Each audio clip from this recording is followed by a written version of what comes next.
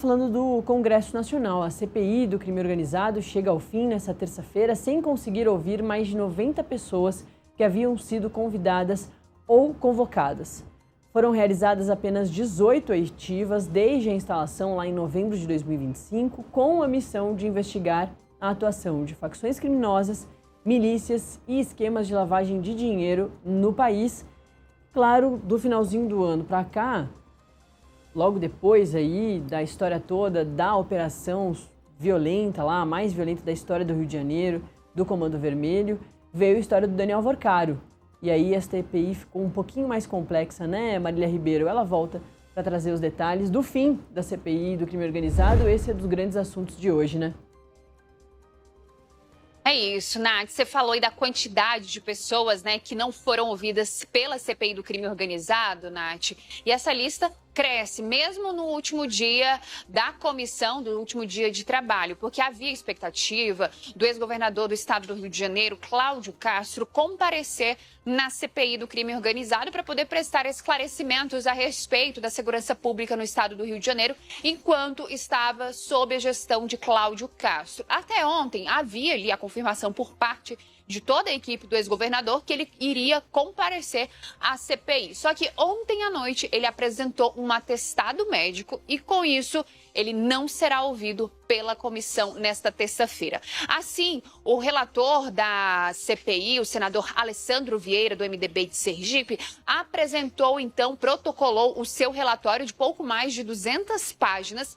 E o que chama a atenção, Nath, é que ele indicia apenas 4 pessoas. E nós estamos falando de 3 ministros do Supremo Tribunal Federal e do Procurador-Geral da República. O que chama a atenção nisso, Nath, é porque, como você disse, a CPI do crime organizado, ela surgiu na esteira daquela mega operação que aconteceu no Rio em outubro do ano passado, onde deixou mais de 100 pessoas mortas. O objetivo da CPI era fazer a investigação ali envolvendo essas organizações criminosas e também as facções, como, por exemplo, o Comando Vermelho e o PCC. Mas vem chamando a atenção a lista desses indiciamentos. Dos ministros que foram indiciados, nós temos aí o ministro Alexandre de Moraes, que, de acordo com o relatório de Alessandro Vieira, é apontado por atuar em processos nos quais haveria impedimento diante de relações financeiras envolvendo o escritório de sua esposa com empresa investigada, além de suposta atuação para restringir o alcance das apurações da CPI.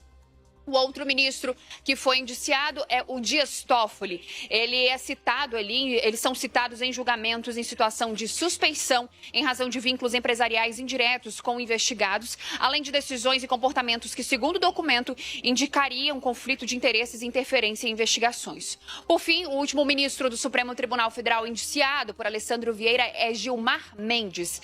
Ali, de acordo com o documento, Gilmar Mendes teria ali uma conduta incompatível com o decoro ao anular medidas investigativas e determinar a inutilização de dados relevantes, o que, segundo a CPI do crime organizado, teria comprometido apurações. E, por fim, ali, o Procurador-Geral da República, Paulo Gonet, de acordo com Alessandro Vieira, o documento sustenta que houve omissão diante de indícios considerados robustos contra autoridades, caracterizando na avaliação da comissão falha no cumprimento de suas atribuições institucionais. Nesse relatório, Alessandro Vieira diz que ele expõe a profundidade da infiltração do crime organizado no Estado brasileiro. O documento traz um diagnóstico detalhado do funcionamento do crime organizado no Brasil, abordando desde a ocupação territorial por facções e milícias até a infiltração em setores econômicos, formais e no próprio poder público. Nath, o relatório ele será votado ainda nesta terça-feira. Primeiro, Alessandro Vieira vai fazer uma leitura do seu relatório, vai haver ali discussão entre os senadores que fazem parte do colegiado e depois ele será votado e aí sim a gente vai saber se o relatório foi aprovado ou não. O que vale também destacar aqui, Nath, é que os últimos meses, né, de trabalho, a CPI ela acabou focando muito em relação ao Banco Master. E esses indiciamentos, eles acabam sendo em reflexo apenas desses últimos meses de trabalho da CPI do crime organizado, porque a gente traz aí os ministros que estão envolvidos ali, que apareceram em mensagens que foram divulgadas com ligação com o Banco Master, como é o caso do ministro Alexandre de Moraes e Dias Toffoli.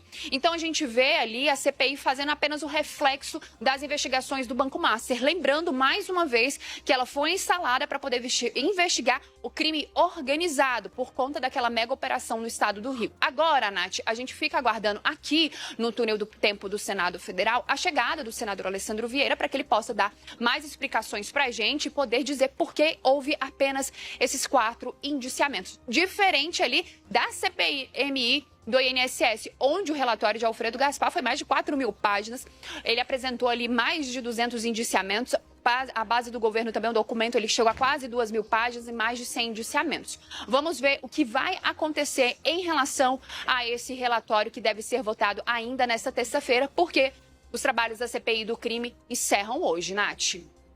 Muito bom, Marília. Bom apontamento, né? É isso. O relatório está pedindo o indiciamento de 3 ministros do STF, também do PGR, né? Do Paulo Gonet, como a Marília pontuou. Ela vai continuar aí no túnel do tempo, que é onde ficam as comissões do Senado, onde está instalada a CPI do crime organizado, esperando os senadores mais importantes aí da mesa passarem para ela continuar apurando essa história toda. Marília, valeu. Chama a gente de volta se tiver alguma novidade aí ao vivo. Vamos seguir aqui.